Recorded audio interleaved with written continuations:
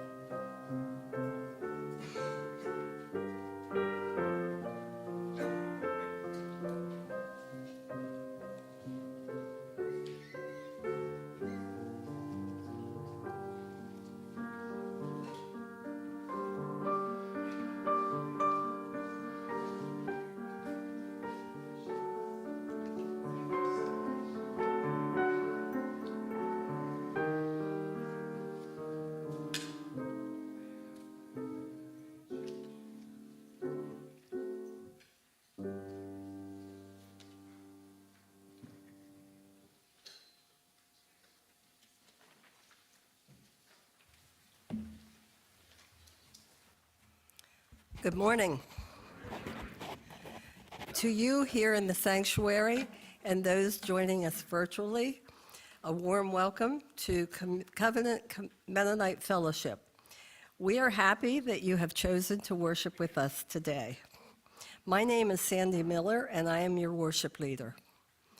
Covenant is a peace church in the Anabaptist tradition. Our model for living is the life and teaching of Jesus of Nazareth, who called people to live lives that reflect the compassion, healing, peace, and mercy of God. We believe that in our worship, our fellowship, and our everyday lives, the Spirit of Jesus meets us right where we are with healing, hope, and wholeness. We believe all are welcome with no exceptions and included in God's kingdom. Please join me in prayer. God of unconditional love, our creator and sustainer, as we walk on this earth, may we learn together. May we celebrate the way of peace, harmony, and tranquility. Amen. We light our community candle as a symbol of the light of God and the warmth of community that each of us brings to this place.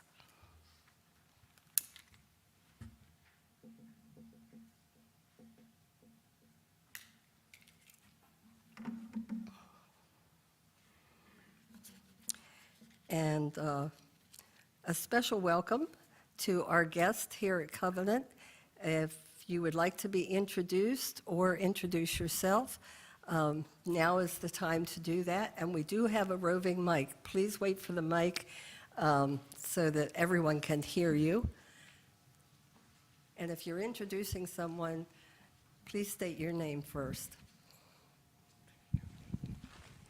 I'm Arvid Martin, and I'm pleased to welcome my sister Yvonne and her husband Ken Martin from Mechanicsburg, Pennsylvania. Welcome.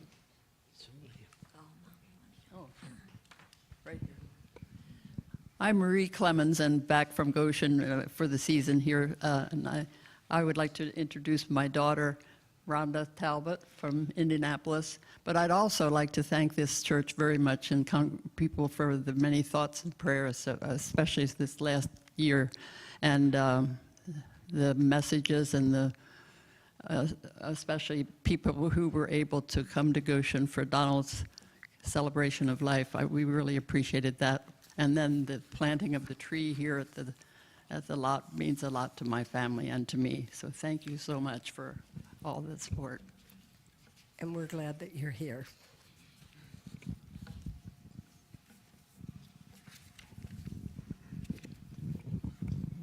I'm Faye Litweiler, and these are friends of mine, Sue and Richard Plank from Goshen.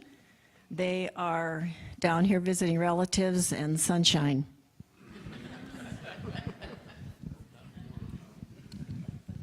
Marlon Hershey. I'd like to introduce friends of ours from Lancaster, seated here on the opposite side. Phyllis and Keith Stuckey, if you'd raise your hands. They've been down here for a few days, and they attend Forest Hills Mennonite Church in Lancaster.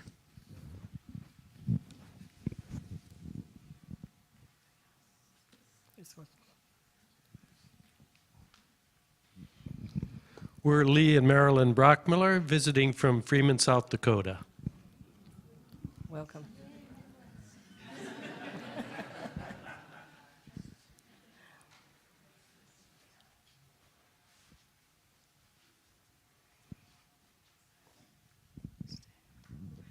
I'm Marietta King, and I'm pleased to introduce Rodney King, who is here from Lancaster, Pennsylvania. Thank you.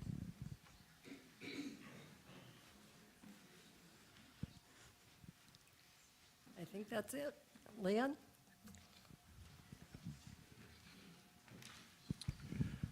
I want to introduce John Weber, and John, Janet Weber. They're here from the Lancaster area. I know John from my EMU days and also on the faculty at Lancaster Mennonite School. So, welcome.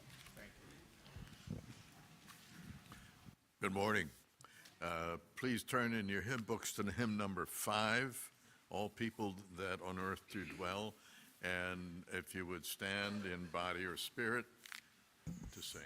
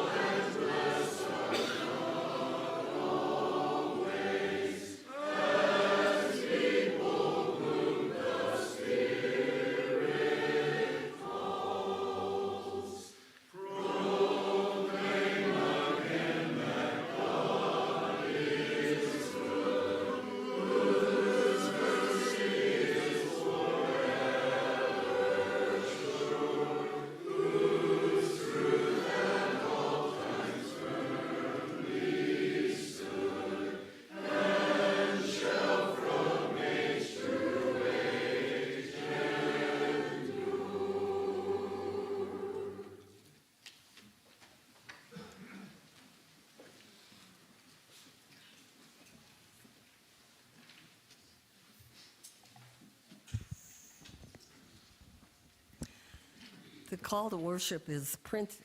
Am I on? The call to worship is printed in the bulletin. Please join me in the responsive reading. Jesus calls us to praise and prayer, to song and silence. Jesus calls us to worship. Jesus calls us to hearing and healing, to service and solidarity. Jesus calls us to love. Jesus calls us to advocacy and action, to protest and provision. Jesus calls us to justice. We hear the call of Christ. We worship together with joy.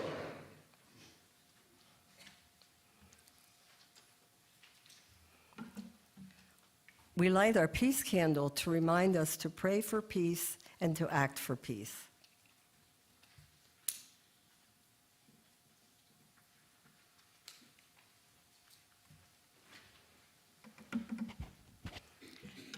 Today's peace story is a video of the poet Amanda Gorman reciting her poem "With This Bright Voice" at the 2025 UNICEF Giving Tuesday Gala in December, where she was named a UNICEF USA ambassador to advocate for children's rights, education, and health.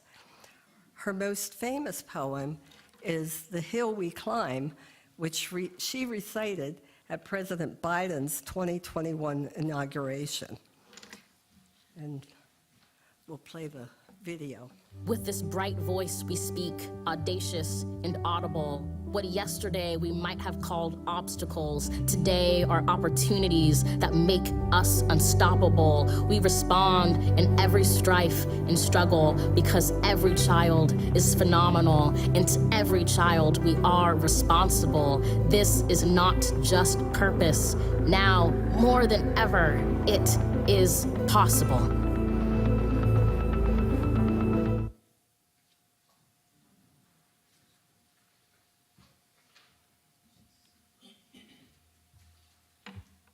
With this bright voice. I'm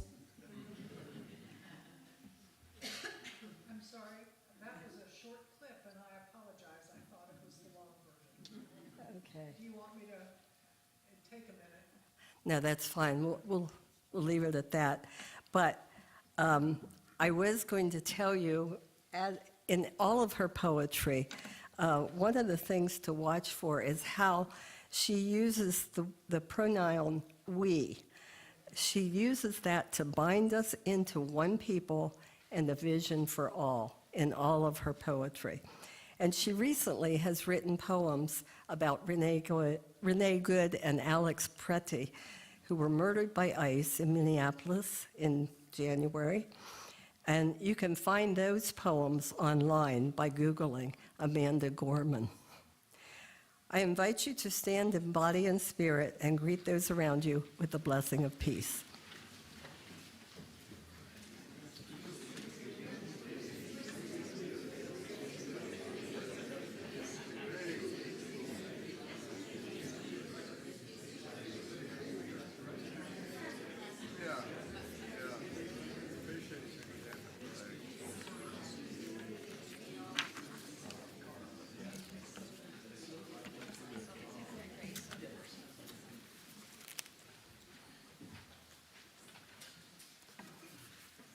I think Leon's going to lead us in a hymn before the scripture readings. Okay, I'm sorry. You're on.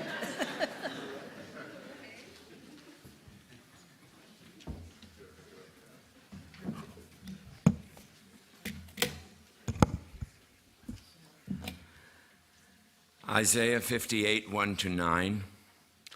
Shout it aloud, do not hold back. Raise your voice like a trumpet. Declare to my people their rebellion, and to the descendants of Jacob their sins. For day after day they seek me out. They seem eager to know my ways, as if they were a nation that does what is right and has not forsaken the commands of its God. They ask me for just decisions and seem eager for God to come near them. Why have we fasted, they say, and you have not seen it? Why have we humbled ourselves, and you have not noticed? Yet on the day of your fasting, you do as you please and exploit all your workers. Your fasting ends in quarreling and strife, and in striking each other with wicked fists. You cannot fast as you do today and expect your voice to be heard on high. Is this the kind of fast I have chosen? Only a day for people to humble themselves? Is it only for bowing one's head like a reed and for lying in sackcloth and ashes? Is that what you call a fast? A day acceptable to the Lord? Is not this the kind of fasting I have chosen? To loose the chains of injustice and untie the cords of the yoke, to set the oppressed free and break every yoke? Is it not to share your food with the hungry and to provide the poor wanderer with shelter? When you see the naked, to clothe them and not to turn away from your own flesh and blood? Then your light will break forth like the dawn, and your healing will quickly appear. Then your righteousness will go before you, and the glory of the Lord will be your rear guard. Then you will call, and the Lord will answer. You will cry for help, and he will say, "Here I am," if you do away with the yoke of oppression, with the pointing finger and the malicious talk. Please stand if you're able for Matthew 5:13-20. You are the salt of the earth, but if the salt loses its saltiness, how can it be made salty again? It is no longer good for anything except to be thrown out and trampled underfoot. You are the light of the world. A town built on a hill cannot be hidden, neither do people light a lamp and put it under a bowl. Instead, they put it on its stand, and it gives light to everyone in the house. And in that same way, let your light shine before others, so that they see your good deeds and glorify your Father in heaven. Do not think that I have come to abolish the law or the prophets. I have not come to abolish them, but to fulfill them. For truly I tell you, until heaven and earth disappear, not the smallest letter, not the least stroke of a pen will by any means disappear from the law until everything is accomplished. Therefore, anyone who sets aside one of the least of these commands and teaches others accordingly will be called least in the kingdom of heaven. But whoever practices and teaches these commands will be called great in the kingdom of heaven.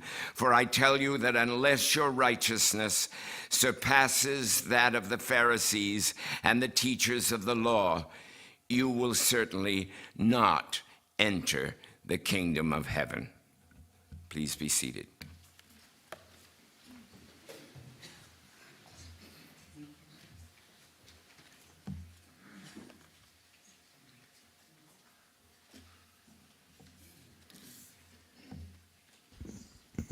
Good morning, church. I start off by feeling guilty today. I left Kathy in Pennsylvania. The coldest weekend of the whole year, and she's back there. So I have the feeling she's probably watching. So Kathy, I'm sorry I'm not there to get the wood-burning stove up and running and to keep the house nice and warm. You're not really sorry.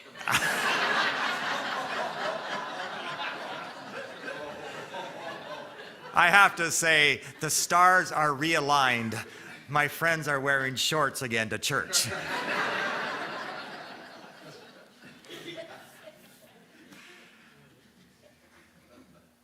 I'm thankful to be back again, but I'm also thankful for the many gifts. Last Sunday, I know that you had Ann Graber-Hirschberger here from Mennonite Central Committee, and you know what a wonderful gift it is for all of those people who come here to preach during the winter months. But you've noticed, of course, they don't come in the summertime. And so I get up here today and I'm thinking, okay, last week we had, a while back we had President Stoltzfus from Goshen College. We had Ann Graber-Hirschberger. Stan who? There's a little bit of like, okay, well, I guess I'll see what I can do here today. But I was starting out this week working on this, and I thought, I really don't want to preach this sermon. It makes me really uncomfortable. So can someone else preach it? I'll hand you my notes, here, and you can stand up and do this. Because I fail at times. Well, I often fail, as they say. And Mennonites, you maybe have heard me say this, but I think that Mennonites have a poor theology of failure. When we make a mistake, it feels like we're kind of crunched down for a long time, and we don't let that person up. We're all sinners and saints. Okay, so I've asked this question before when I was at James Street. So is there anyone perfect here that doesn't sin at all? When I asked that question at James Street how many years ago, this young kid in the front row goes, me, and I might as well have skipped my rest of my sermon. The congregation is just laughing the whole time. He's a good friend, and we still sort of laugh about that because his family and us, we go camping together and such. But let me say this, everyone makes mistakes. If you've been following the news this week and some of the things, some people will not admit that they make mistakes. I won't mention any names.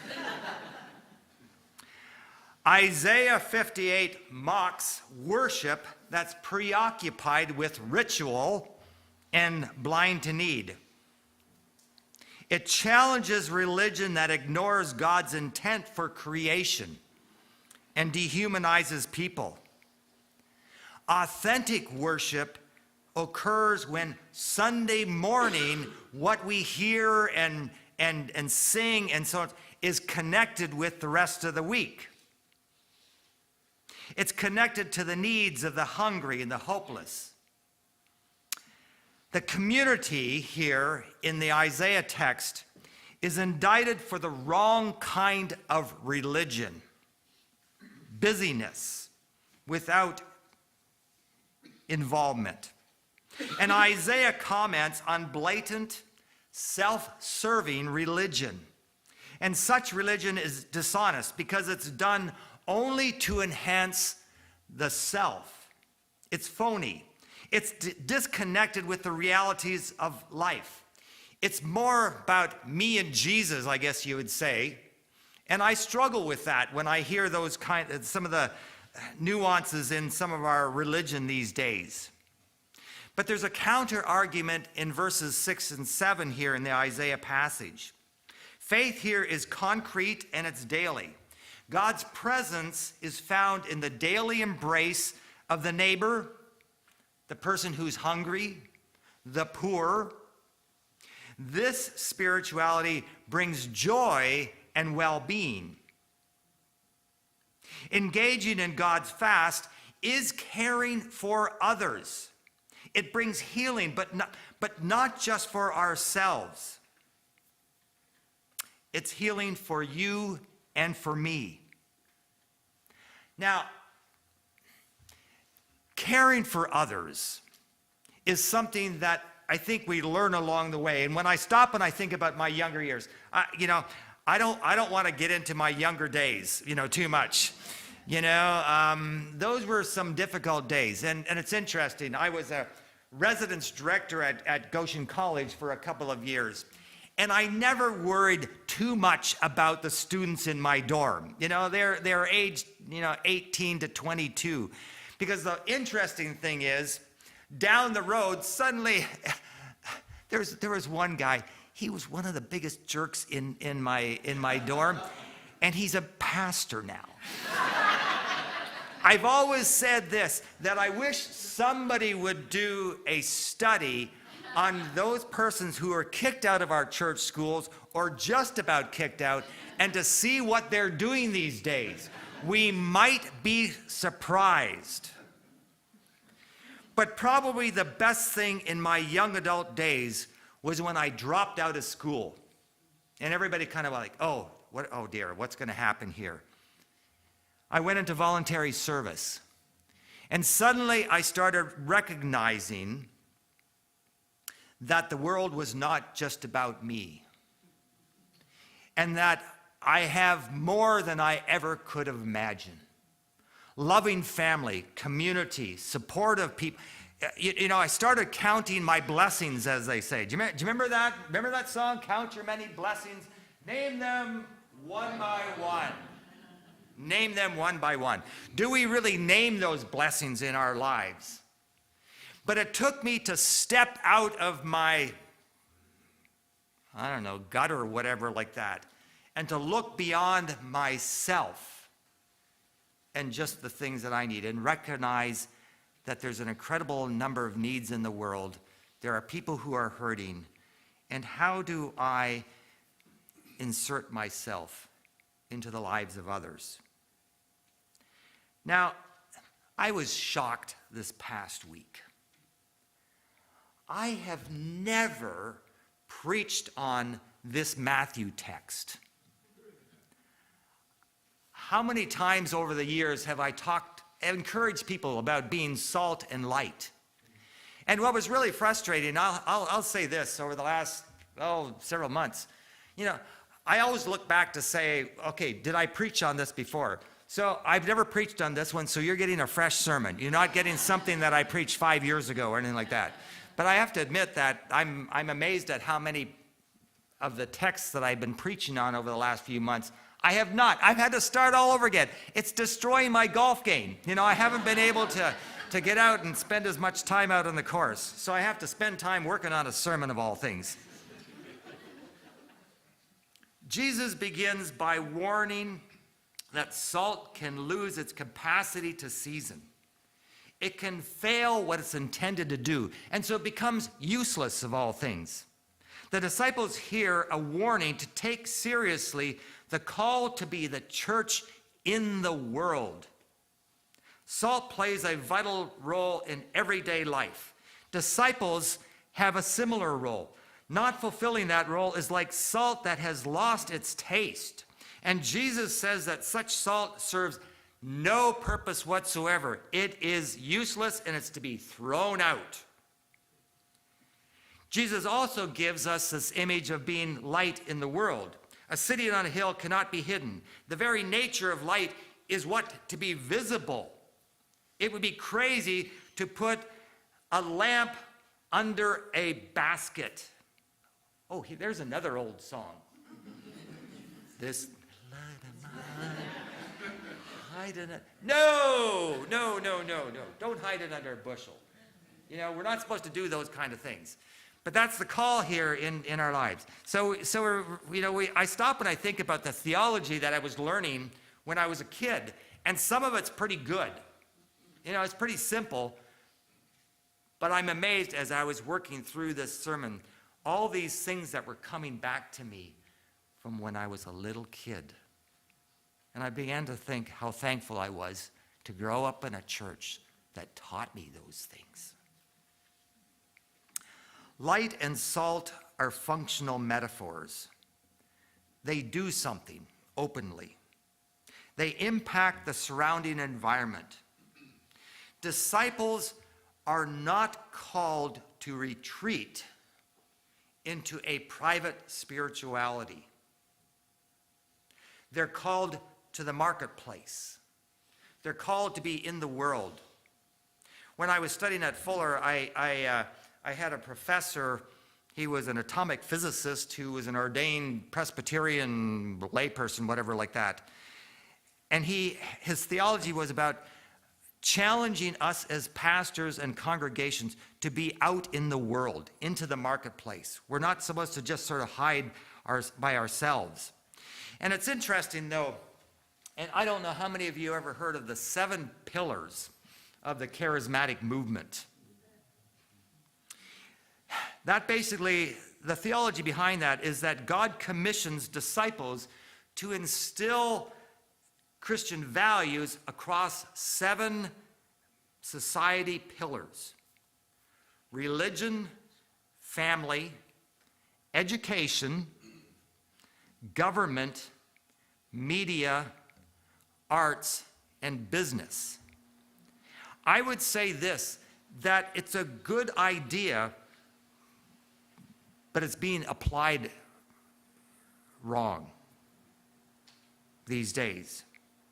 And as a result of some of this, we can see the impacts of things like Christian nationalism or you know, like in the local communities, how this mindset is trying to take over school boards and some of those kinds of things. We see this, and so if you didn't realize it, it's this theology of the 7 pillars and how they're supposed to impact the world. And so there's this taking over of Christians in these various settings.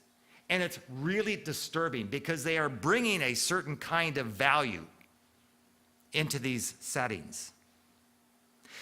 Readers are not invited to a secret piety, but we are invited to public ministry. But this means, you know, we can also run into persecution and so on and so forth.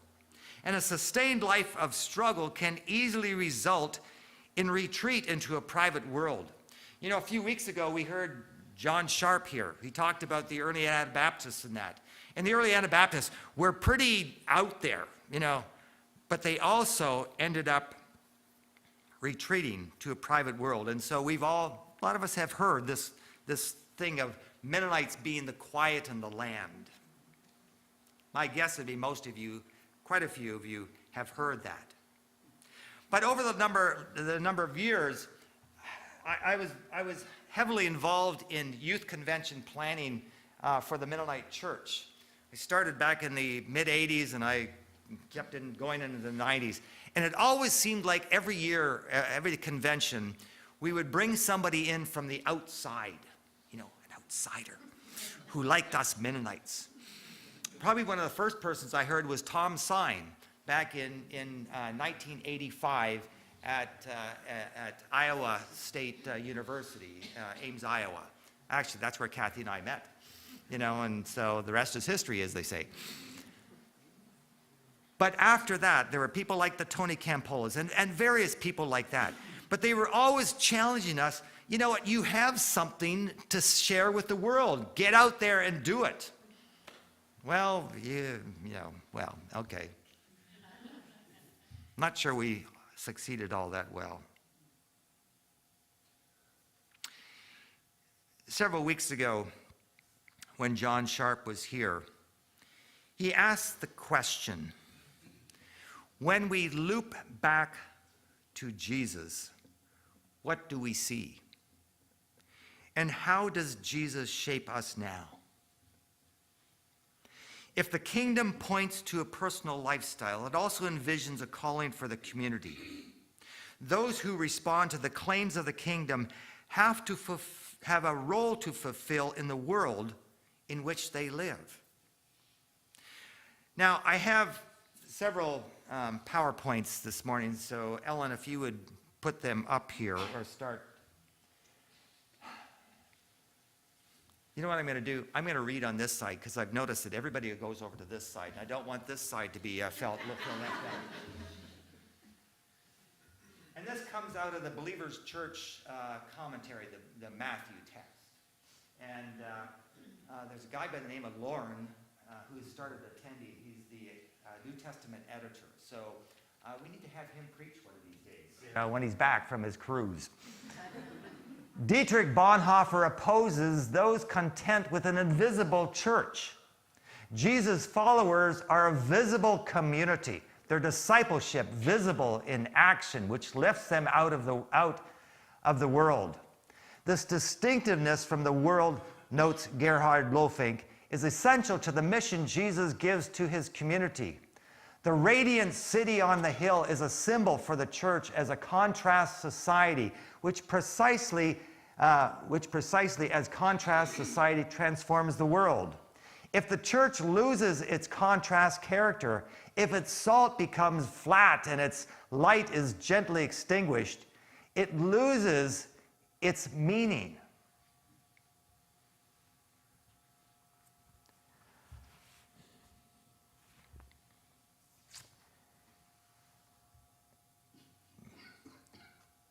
We had these things made up.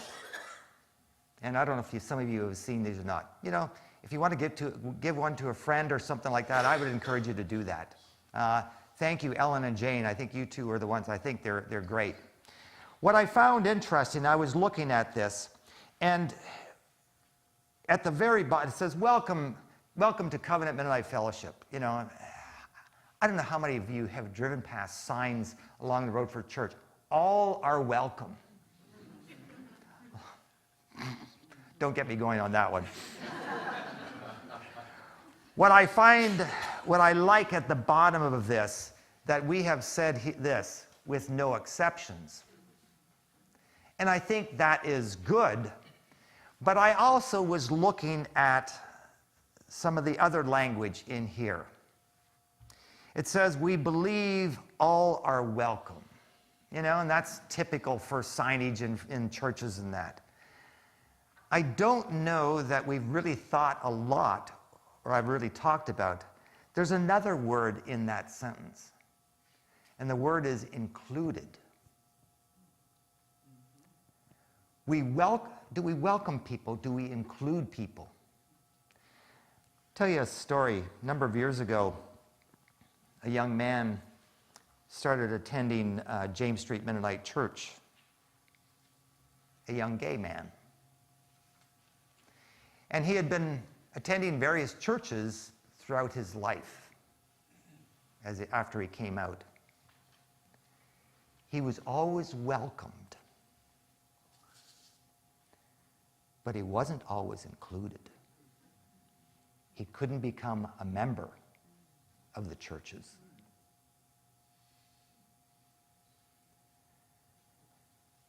I sat down with him one day at Panera Bread and having coffee with him. And he looked me in the eye and he said, "Stan, am I a member at James Street?" And I said, "Yes, you are." The tears just began rolling down his cheeks. And in my 40 years of ministry, that was probably one of the most meaningful moments I have ever had. Yes, we say with no exceptions, we say welcome, but I think one of the important words in this is that they are included without exceptions. So I'm going to move to the next one. For Anabaptists, Jesus' fulfillment of the law meant something radical. I like that word. They believed Jesus' commands supersede the law at certain points and insisted Jesus' followers must obey the commands. One such point was the taking of oaths. Another point was that Anabaptists saw Jesus superseding the law within his teaching on love for the enemy. And then let's go to the last one yet. Menno Simons says, "They are children of peace. Their hearts overflow with peace. Their mouths speak of peace, and they walk in the way of peace. They are full of peace." To be a people of peace who take Jesus' words seriously is to fill the law. What Jesus needs from us is a righteousness that exceeds the Pharisees. I think it was in 1995 at the convention in Wichita, a man by the name of Lynn Miller, and he would have worked for Everett's. He was a stewardship person. And he said this, that Jesus meant what he said, and he said it to us. Might Jesus' intent be that for us to live beyond anything that we could imagine? Maybe we haven't been, maybe our picture has been too small at times. But Jesus envisions a different world, and it's marked by reconciliation, simple truth-telling, outrageous generosity, and love for the enemy. The reign of God entails a higher righteousness and more faithful living than the religious authorities could have imagined. So, do we hear the words of Jesus in this Matthew text as requirement, command, or do we hear it as a blessing? So I want you to notice something here. Jesus doesn't say, if you want to be. Jesus says, you are salt and light. You are salt and light. Now, with this blessing comes responsibility. It's a challenge to live it. You know, it's not enough to just know about God. And I would say this, that my experience has been that too many Sunday school classes over the years chew on things and nothing ever changes. You know, we like chewing on stuff. You know, we do really, really well at that kind of thing. But our calling, I think, is to just be it. Be who we are. Now, psychologists I know over the years have said that for every one negative message, children need 10 positives. Isn't that something like that, you know? Are we adults any all that different? Covenant has been called, as I've learned, that church over there. I think I'm saying that right. Because of our welcome and our inclusion. But have you noticed something? We had the president from Goshen College here. We had the head of Mennonite Central Committee US here. We've got the interim president of Eastern Mennonite University coming. We have Bob Yoder here from the Anabaptist Mennonite Seminary here this morning. And I'm shocked that the newspaper people aren't here. Welcome, Bob. I'll introduce him more later. Humble Mennonites, we don't like boasting that much. But I hope we can see.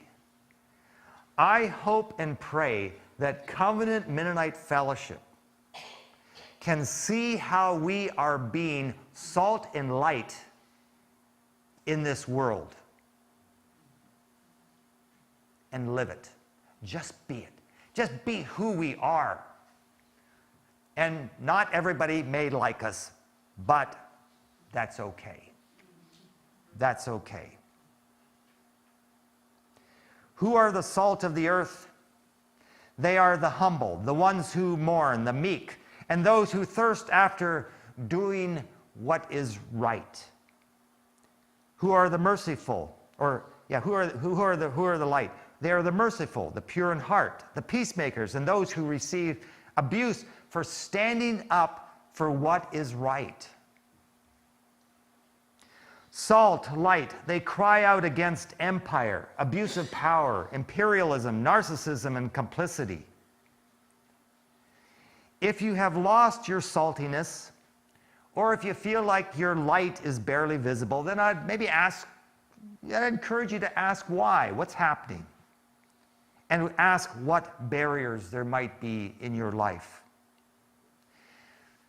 So, Covenant Mennonite Fellowship, just be it and believe it.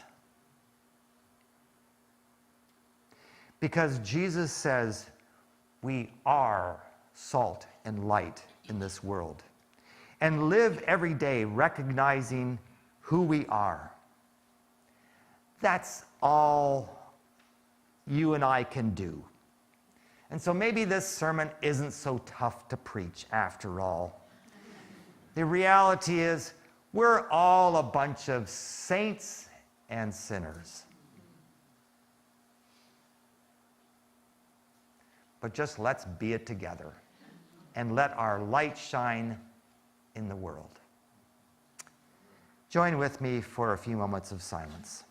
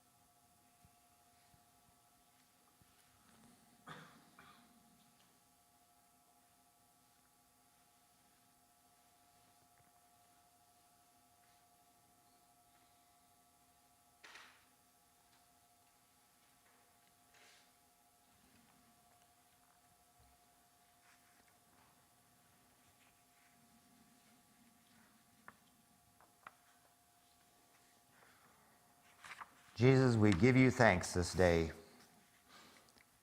for your encouraging words to us. May you empower us just to be your salt and light in this world. We will fail at times. We will certainly fail. But we recognize that doesn't mean that you're going to leave us, for you will continue to walk with us and encourage us and strengthen us by your Spirit. Pray this through Christ. Amen.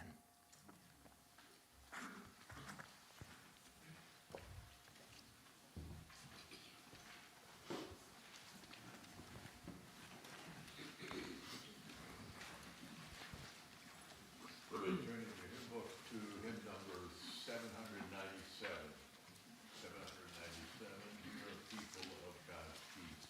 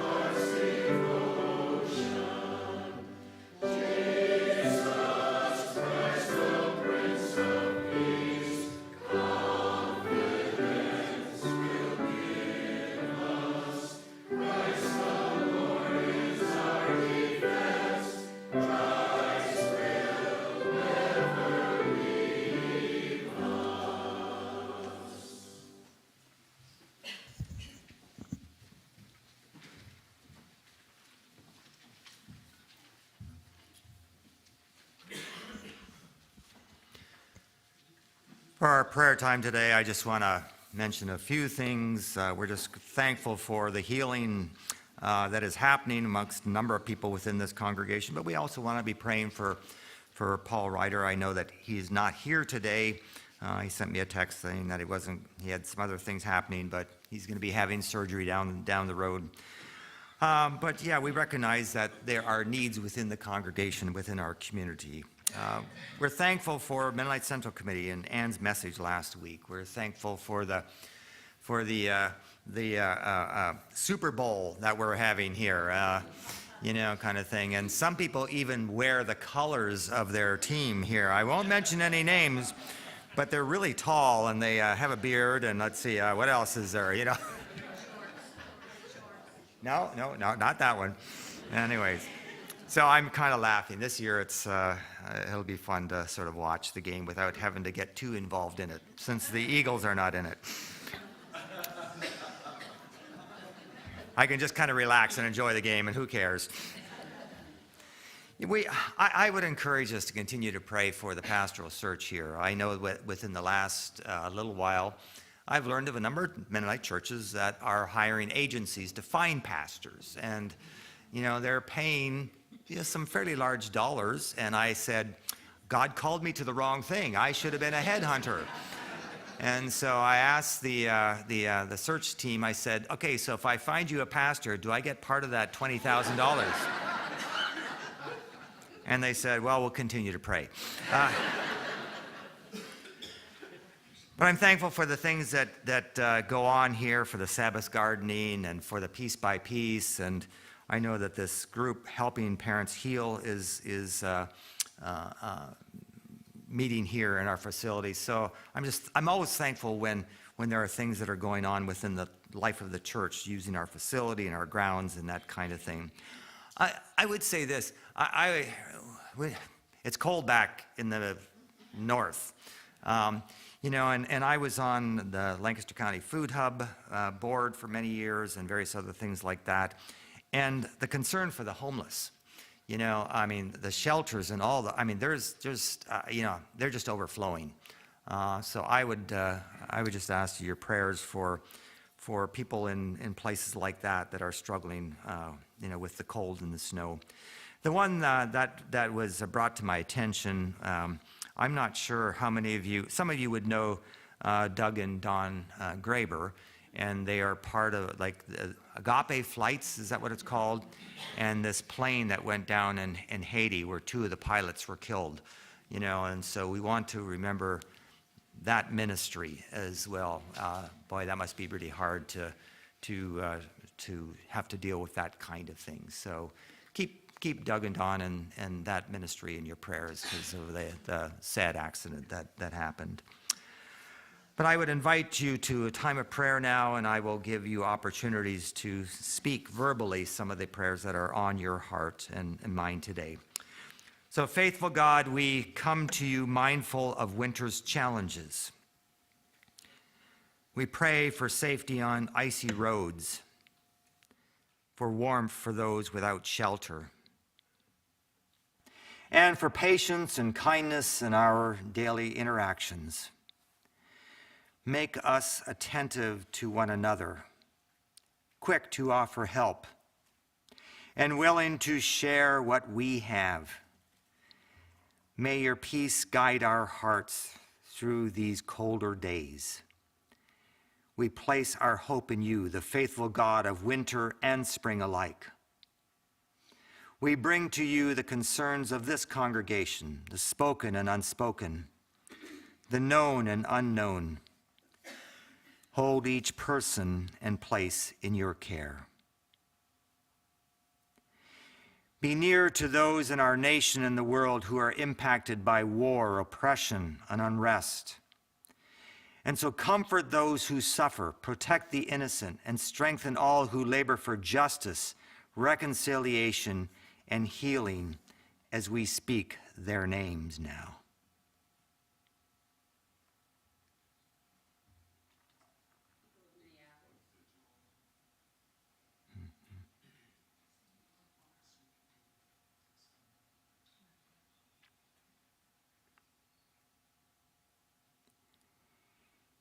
In your mercy, Lord, hear our prayers. Be near to those in our local community who are maybe cold, who are hungry, but especially for those who feel alone. We offer our prayers and speak the names of the many churches, the ministries, the nonprofits who care for those in need in our community.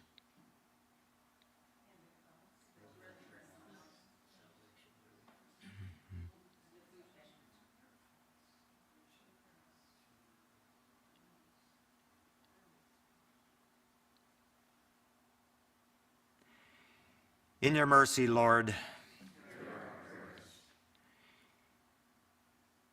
now be near to the sick, the recovering, and those waiting for healing as we speak their names.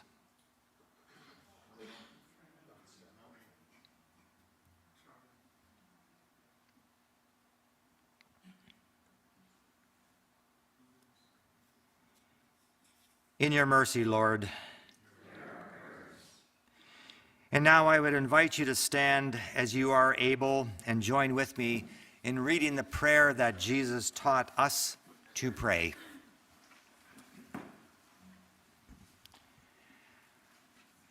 Our Creator in heaven, hallowed be your name.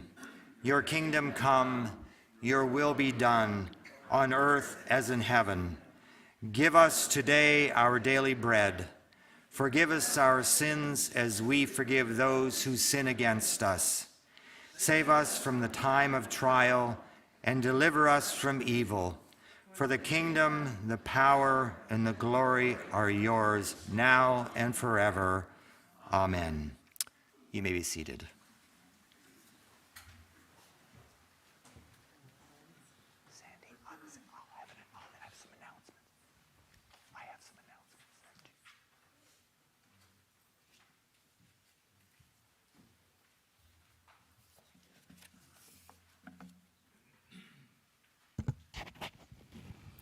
Now is the time that we support the work of the church by giving our tithes and offerings.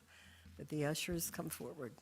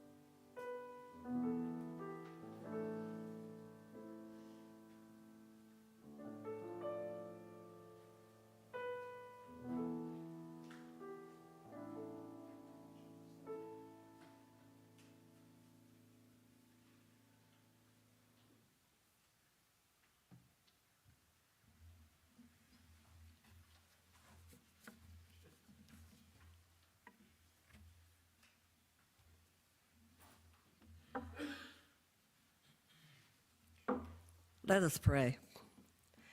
God of life, we give these offerings in gratitude, rejoicing in abundance of your gifts to us.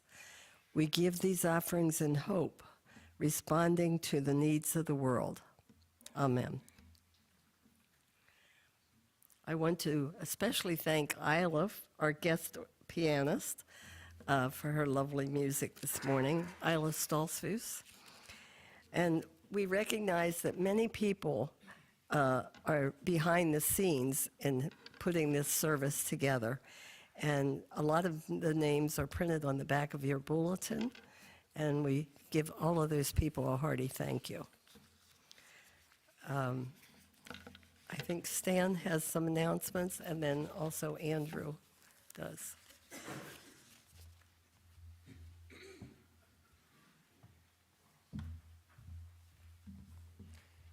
Several things. On the counter there, I asked Ellen to make some copies of this MCUSA responds to recent violence in Minneapolis and calls for peacemaking. There was a link in the newsletter this week, but if you didn't get that, and maybe you're a visitor or something like that, and would like to see what the statement is, we put some copies there for you. They're just sort of sitting beside the food boxes there. The second thing I just wanted to say is that next Sunday morning, all of those who are involved in worship leading during Lent is just around the corner. It starts very soon here. So next Sunday morning at 10 till 10, I'm inviting people who are involved in the worship, leading, planning, all of that kind of thing to come here, and I want to have a meeting. In the Leader magazine, there are resources for the Lenten series, and I want to make sure everybody understands, like there's hymn suggestions, there's this, there's that, there's calls to, there's all kinds of stuff in here. So if you're involved in worship leading in any way, shape, or form, come just a little before 10, and we're going to have a meeting down front here to make sure everybody understands what is going on during the season of Lent. The final thing is, okay, this coming Wednesday is breakfast at Der Dutchman again. And, okay, I'm trying to work through this. I have been texting with Jeff Miller, and Jeff is the head guy there. So he basically said that if there's larger groups of like a 14, 16, then we have to use the buffet. But if we break up into smaller groups, then you don't have to do the buffet. Thank you, Jeff. So I think what we're going to do, and I was also hearing this thing that, if you've got a table of like 15 people, you're really only talking to like maybe the person across and beside you anyways. So I think what we're going to do is break up into smaller tables. I'm not exactly sure how this is going to work yet, so bear with me. And I'm pray that the people out front at Der Dutchman are kind to me, because sometimes I think they're kind of like, what are you doing this time? How many people are coming? And I'm going, well, I don't know. And, one time I say, oh, yeah, there's half a dozen coming, and there's 15 that show up. So I never quite know. But I think if we do it this way, that we simply start filling up tables as people come. So you may not get to sit with the person that you wanted to sit beside. Well, get to know somebody else instead, for crying out loud. Okay? I guess there's no stones throwing at me, so I guess we'll see how it works anyways, and hopefully it'll work out better. But that means, JB, okay. You can stay right there. Okay. So as someone who's worked in hospitality, and knowing how this is a season, and people who work in hospitality, this is a time they make their money for the rest of the season.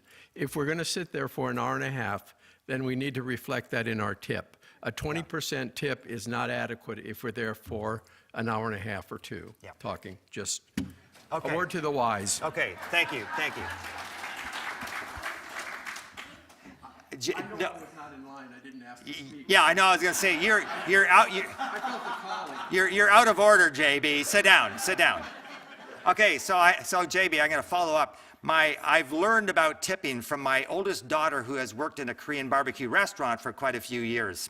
And this was in the fall sometime or other. She sends us a text, and she got a $200 tip one day. A guy who plays baseball for the Phillies. But then I looked up his salary, and he's making $18 million a year. So if any of you are making $18 million a year, we're expecting that it's going to be a very generous tip. So, but JB, I think that is a very good word. Thank you. I appreciate you saying that because, unfortunately, the people who have worked in the restaurant industry, do you know when the worst tipping time is? Sunday lunch. Yep. I won't go any, but so yeah. And Mennonites are not great at it. So JB, I really do appreciate that. I think we have to pay attention to that. We also need to remember if we share a meal, we're still being served by the server. Mm-hmm. Okay. My daughter who worked in restaurants. Yes. I think let's show generosity. Let's just be who we are. Let's be salt and light out there. Okay? And I think that's another way to do that because we want people to say, wow, that covenant group, they are great. I mean, we like that. They can come back again. So, JB, I thank you. I think that is a very, very good word. So, okay, I'll quit.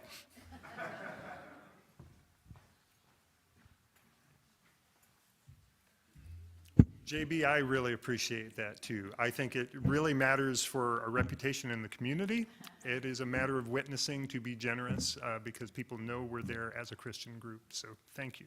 I would cede my time for that, but I'm not going to. If you listened closely to the sermon, you may have noticed that there was a reference to a football game being played today. Some of us may or may not have dressed in a way that we normally dress, but happen to correspond with the colors of one of the teams. And if any of you ever say the phrase, "Go Birds," some of you from Eastern Pennsylvania know that phrase, "Go Birds." There is a team that would apply to today from Seattle that you could root for. So we're taking bandwagon jumpers. But I am here because I have my planting knife. Today is a Sabbath gardening day, and Jane has made wonderful soup from gleaned sweet potatoes. It's excellent. Jane's an excellent cook. So you can come and you may take up the knife or you may not take up the knife because, of course, in the Mennonite tradition, there are many who don't take up the sword. And you may not choose to take up the knife.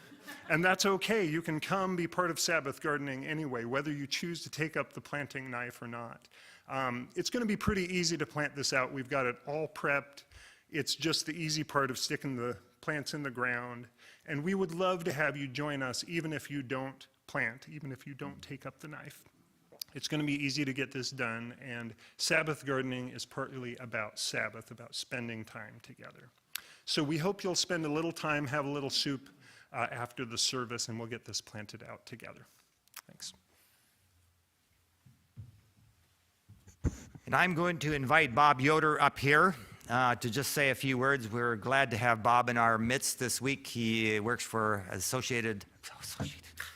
the Anabaptist Mennonite Seminary in Elkhart, Indiana, and I'm a graduate of that from 1980. I was a slow learner. It took me 8 years to go through school there. So nice to have you here, Bob. Bob has all kinds of background. He works there, but he's worked at Laurelville Mennonite Camp. He's been in conference work. He's worked at Goshen College. How old are you? Anyways, I'll let you go.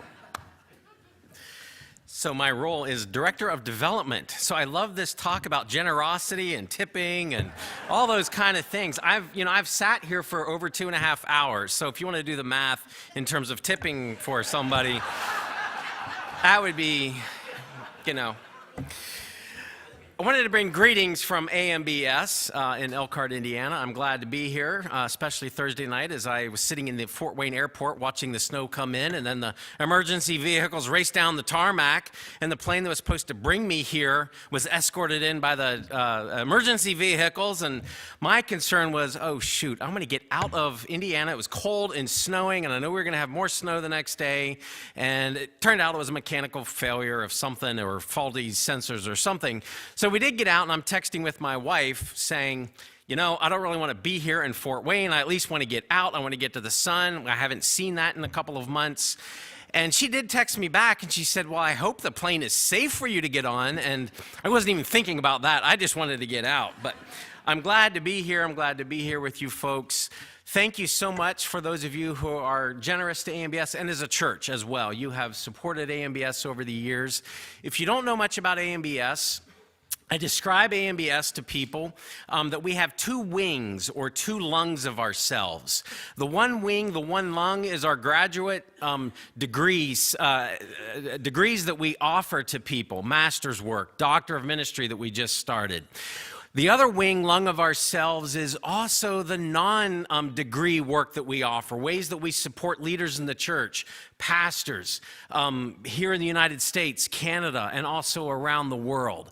Right now, we are connected to about 20 different countries where either we're delivering education, formal degrees there, or people from other countries are studying in Elkhart, or we also have church leadership non-degree ways that we're connecting with people. So, for example, we are connecting with about 19 leaders in the Philippines working through Mennonite Church Canada International Witness in delivering our Journey program, which is our undergraduate level type of work. It's a certificate-based work. So we have kind of two wings, two lungs, the formal degrees and the other ways that we connect and work with church leaders at the invitation of other churches around the globe, but definitely here in the United States and Canada. We have a couple of things coming up in the next couple of months that we're ready to celebrate. In 2 weeks, we have Pastors and Leaders Week, where we'll have about 200 pastors and leaders from around the U.S. and Canada coming, and our theme this year is Resistance, Resilience, and Rest. And that's made up of a committee of pastors and others who give us advice and counsel on what our theme should be each year. We'll have graduation near the end of April, beginning of May this year, and we're looking forward to three special celebrations as part of graduation. A couple of years ago, we started a brand new Doctor of Ministry in Leadership program, and we anticipate several graduates. We had our first defense of a dissertation last week. It was on shame in leaving ministry. It was an excellent presentation by our campus pastor, Janine Birchie Johnson. We anticipate a couple of more defenses over the next couple of months. So we'll have our first Doctor of Ministry graduates. We also have a program in South Korea where we have 9 students in South Korea working through a hybrid program. We send professors there, we do some online work, and we also have adjunct professors there. We anticipate them coming to the United States. It's not a requirement, but they're coming to Elkhart to want to participate in graduation ceremony. So we anticipate that group. We also have a group of 10 pastors, Hispanic pastors in the U.S. mainly, who will be graduating with the Graduate Certificate Program. Marco Huete of this congregation works with us in his role with Mennonite Education Agency on this program. So that's our first graduates of that program. So again, thank you all for your generosity and support, your prayers for AMBS. If you ever need a pastor, we are very happy when people send students to AMBS so we can graduate students so that they can go on to pastor and serve the church in many different ways. So we are very happy to educate and walk alongside when you send us people so that hopefully in time they come to places who might be looking for churches, you know, if you know of any church that's looking for a pastor. So blessings to you all.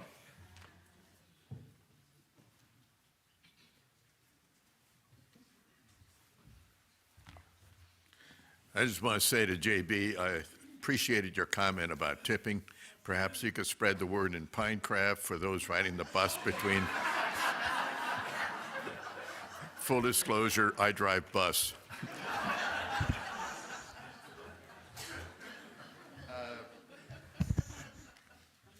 For our last hymn, turn to hymn number 831, and 830, Go My Children.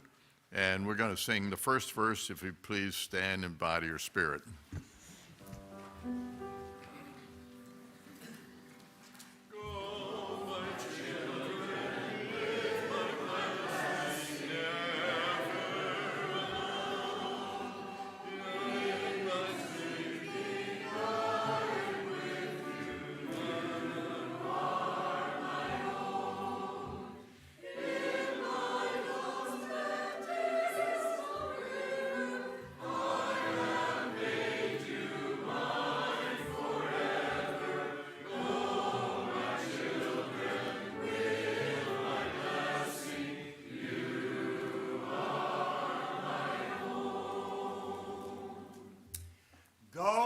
and just be salt and light at home, across the street, and around the world. Go.